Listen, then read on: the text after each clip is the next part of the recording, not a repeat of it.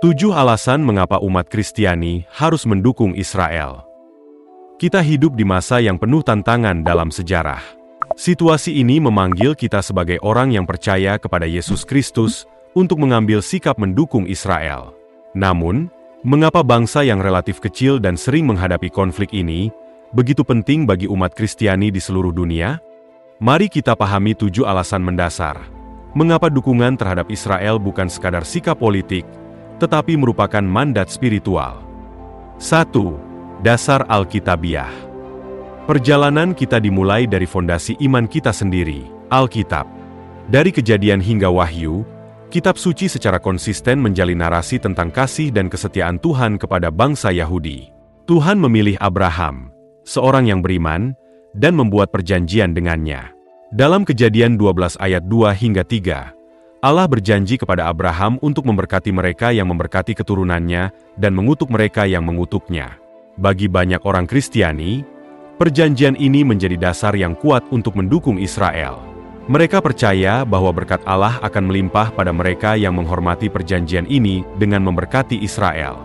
Dia berjanji untuk menjadikan keturunannya bangsa yang besar, memberkati mereka, dan memberikan mereka tanah Kanaan, yang kita kenal sekarang sebagai Israel. Dalam Ulangan 7 ayat 6 hingga 8, Allah mengungkapkan bahwa Ia memilih Israel bukan karena keunggulan mereka, tetapi karena kasih dan janji yang dibuatnya kepada nenek moyang mereka. Bagi banyak orang Kristiani, mendukung Israel adalah wujud penghormatan pada kasih Allah yang unik terhadap bangsa ini.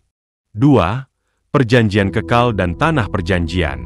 Perjanjian yang Tuhan buat dengan Israel tidak bergantung pada perilaku atau kebenaran mereka.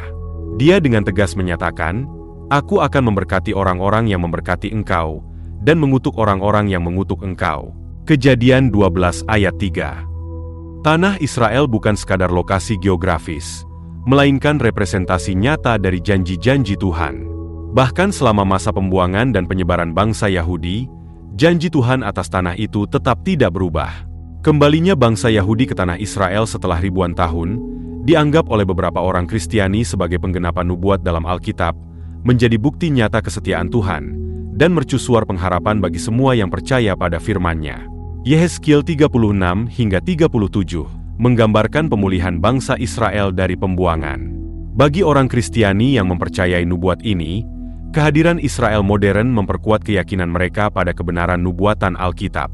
3. Ikatan iman dan warisan rohani.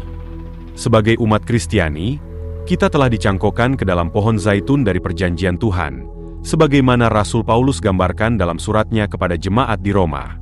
Hubungan ini menggambarkan kesatuan antara orang percaya Yahudi dan non-Yahudi, di mana kita bukan lagi orang asing atau pendatang, tetapi sesama warga dan anggota keluarga Allah. Ikatan spiritual ini menyatukan takdir kita dengan bangsa Yahudi, sehingga berkat mereka menjadi berkat kita, dan Tuhan mereka, Allah Abraham, Ishak, dan Yakub, adalah Tuhan kita juga. Sebagai umat Kristiani, kita menyadari bahwa segala sesuatu yang kita miliki dalam iman berasal dari bangsa Yahudi, termasuk Alkitab dan Yesus Kristus. Mengingat akan warisan rohani ini, maka kita harus mendukung Israel sebagai bentuk penghormatan dan terima kasih kepada bangsa yang telah menjadi sumber iman kita. Dukungan ini bukan hanya bentuk solidaritas, tetapi juga pengakuan akan peran penting bangsa Yahudi dalam rencana keselamatan Allah bagi seluruh umat manusia. 4. Mencari kebenaran di tengah bias media. Konflik Israel-Palestina seringkali disorot media dengan sudut pandang yang bias, di mana Israel sering dicitrakan sebagai pihak agresor, sementara narasi Palestina disajikan dengan nuansa yang lebih simpatik. Bagi umat Kristiani, penting untuk melampaui berita utama dan menggali kebenaran secara mendalam, tidak hanya bergantung pada perspektif media. Kita perlu memahami kompleksitas konflik ini dan tidak langsung terpengaruh oleh sudut pandang tertentu, melainkan melihatnya dari sudut pandang yang menyeluruh. Mendukung Israel tidak berarti mengabaikan penderitaan rakyat Palestina. Sebagai pengikut Kristus, kasih kita harus merangkul semua orang, tanpa membedakan etnis, agama, atau afiliasi politik mereka. Dengan cara ini, kita bisa mendorong terciptanya perdamaian yang adil dan berkelanjutan di Timur Tengah, sembari mengakui hak Israel untuk berdiri sebagai negara Yahudi. Misi kita adalah menjadi penyalur kasih dan keadilan, berdoa dan bertindak untuk kedamaian bagi seluruh wilayah tersebut. 5. Peperangan spiritual. Konflik di Timur Tengah bukan sekadar soal politik atau perebutan wilayah, melainkan bagian dari peperangan spiritual yang jauh lebih dalam, sebuah pertempuran kosmis antara terang dan gelap. Di dalam Alkitab, keturunan Ishak dan Ismail seringkali ditampilkan dalam ketegangan yang diyakini akan berlangsung hingga kembalinya Kristus untuk membawa perdamaian sejati ke dunia. Sebagai orang percaya, kita dipanggil untuk tekun dalam doa, berdiri sebagai perantara bagi Israel, dan mendoakan perdamaian Yerusalem. Sebagaimana dinyatakan dalam Mazmur 122 ayat 6, berdoalah untuk kesejahteraan Yerusalem, biarlah orang-orang yang mencintaimu mendapat sentosa.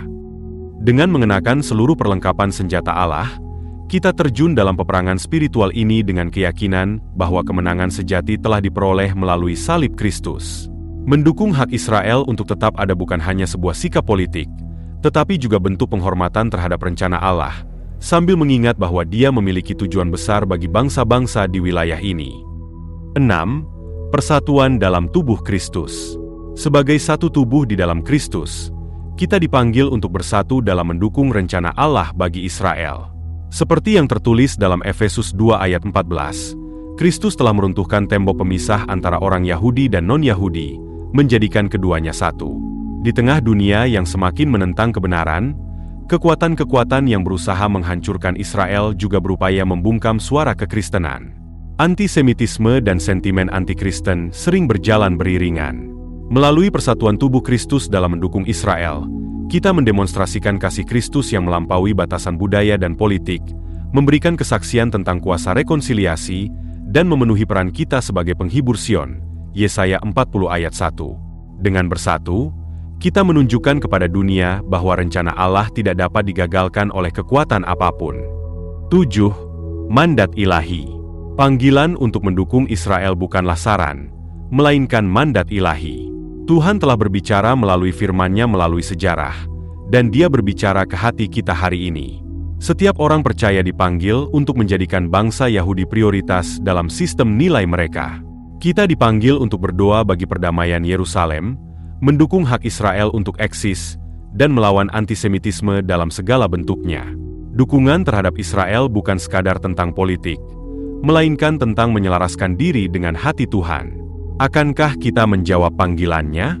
Akankah kita menjadi suara bagi yang tidak bersuara, pembela bagi yang tak berdaya, dan mercusuar pengharapan dalam dunia yang diselimuti kegelapan? Mari kita memilih dengan bijak, mengingat bahwa kesetiaan kita bukan kepada bangsa duniawi manapun, melainkan kepada kerajaan Allah. Mari kita menjadi generasi yang menjawab panggilan ini dengan keberanian, belas kasihan, dan iman yang tak tergoyahkan. Karena pada akhirnya, mendukung Israel berarti berdiri di sisi yang benar dari sejarah, sisi Allah sendiri.